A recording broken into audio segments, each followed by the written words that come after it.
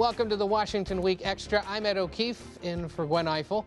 With all the attention on the presidential campaign, there's another political shakeup that may happen after Election Day. Manu, there is talk that the speakership of Paul Ryan may be a short one.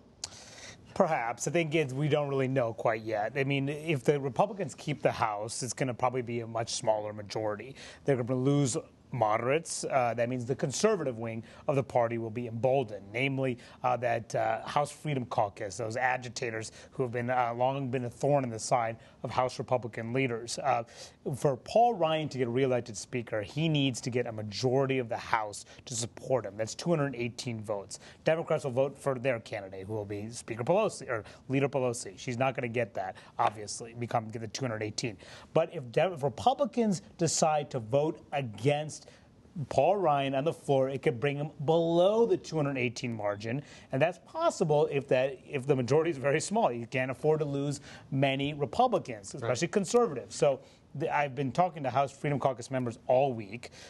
Virtually none of them, other than maybe a couple, are willing to say they will support Paul Ryan for Speaker. They want some assurances that things will be changed within the leadership. Some are angry about his refusal to campaign with or defend Donald Trump, but they believe he's undercut Donald Trump. So some other conservatives who are not members of that caucus also are raising concerns about Ryan's handling of Trump. So Ryan has some work to do to shore up his right flank if he is to be reelected Speaker. The one thing he has going for him, though, no, there's no opponent yet. At least not yet. And then Friday he made clear, don't believe the chatter, I want to still be Speaker. Yes, he said, yeah, I'm interested in still being Speaker. Yeah, well, aren't we all? Donald Trump's wife, Melania, delivered a rare stump speech this week in Pennsylvania.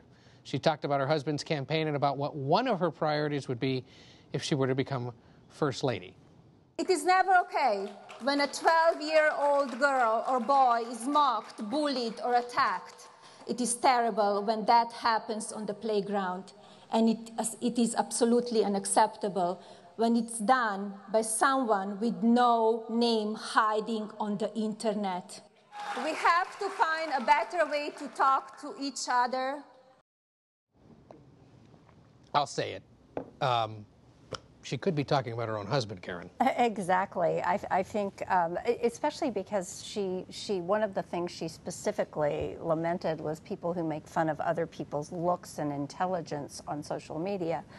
It prompted Dana Bash on CNN to say, has she ever met Donald Trump? But the other thing, on top of that obvious,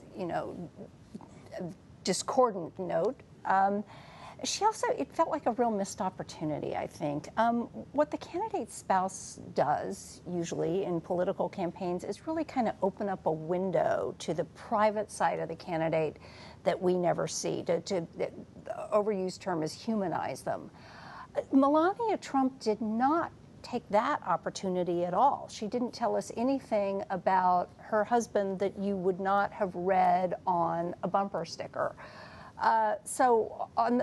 You've got to wonder what the whole point of even putting her out at this late point was, except maybe to make some people among his supporters more enthusiastic. And we were dwelling on the fact that, while Hillary Clinton enjoys having her running mate, the president, the first lady, the vice president, Bernie Sanders, Elizabeth Warren, John Bon Jovi, Beyonce, and Jay-Z, Trump has his kids, Ted Cruz, Michelle Bachmann. Sort of Ted Cruz. Sort of Ted Cruz, right. And that's about it. And then they can't really run the table the way the Democrats can. So you're right, it is a bit of a lost opportunity. Josh, U.S. intelligence is reporting that Russia may try to disrupt Tuesday's election. Remind us what that might look like.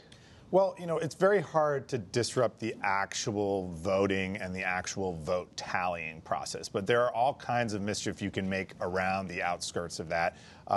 There have been apparent attempts to hack into voter registration databases. So if they continue to do that on Election Day, that could be a big problem.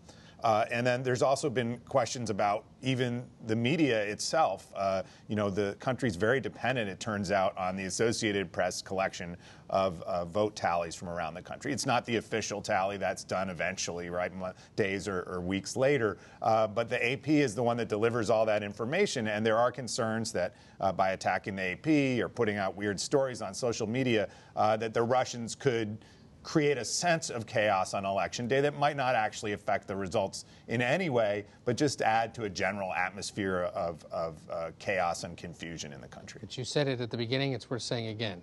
Because of the decentralized system, it's virtually impossible to upend the whole thing. It's very, very hard to attack the actual votes cast, and there's paper records in most of the states, and it's just very, very hard to do that. Real quick, we were talking about Clinton and her email server. There was the release of a few more today, right? Yeah, there were a few more 100 pages of emails that came out. It's the final release before the election, so the Clinton campaign, I guess, can relax a little bit on that front. But even here, there was a little bit of trouble for them. One of the emails that came out showed that Hillary Clinton had sent a message to her daughter, Chelsea, using her pseudonym, Diane Reynolds, back in 2009. And the State Department has since classified that message. We think it probably had to do with the big showdown in Copenhagen over climate talks. Whatever she was sending her actually came from a White House official. The State Department now considers that information classified. And of course, if it really was classified, you shouldn't be sending it to people outside the government that don't have a clearance. But, you know, the Clinton people say, well, maybe it wasn't classified at the time. It's just classified now. And this is she's talked a lot about that. So this is now an example of what she was talking about. It's an example, but it's just one of really 2,000 examples of that kind. It just happens to have Chelsea Clinton involved in this. Friday document dumps. They are stellar. We love them all, don't we? Alexis, we would be remiss to not note the fact that the president has clearly been enjoying himself out on the campaign trail this week. He will campaign all through the weekend. On Monday, I think it's New Hampshire. Right. Before going to Philadelphia, he was in North Carolina today. He will be on Sunday in Florida, Orlando, and Kissimmee, and then he'll be in New Hampshire and Pennsylvania. He may be in one other location, but he's going to be on the trail stumping for Hillary Clinton and Senate candidates and House candidates, Democrats, all the way through, but mostly Hillary Clinton. It seems this might almost be cathartic for him, given that this is really his last chance to capture the public imagination before the election and the focus turns to his successor. He's having fun in a way that makes the audience have fun, which is the whole point that Hillary Clinton wanted him out there. His joy and what she calls the music that he brings to campaigning, his stellar ability to put it all together. The message is both talking about himself and his legacy, my 8 years, you can help me carry this forward.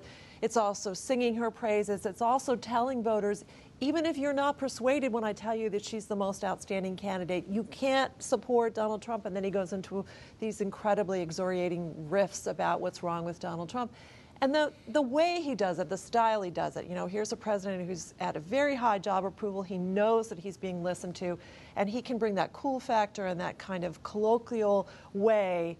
We watched him this week, and we know as a president he watches a lot of ESPN, so he talks about, come on, man, and he talks to the audience, mostly younger people, trying to encourage them to vote in a way that resonates with them. He talks about he goes off his script and he says, I'm going to get in trouble with my staff because now I'm talking about this. And, he makes it a pleasure for them who've, coming to the rally. It's not just talking points, even though it is talking points.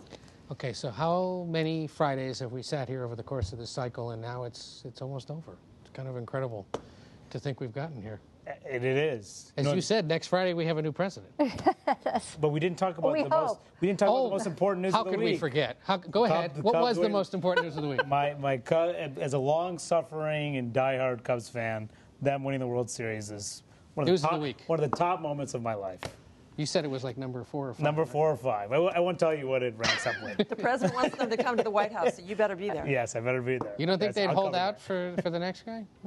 We'll see. Well, look, thanks, everyone. And while you're online, take the Washington Weekly News Quiz to test your knowledge. And we'll see you here next time on the Washington Week Extra. Take care.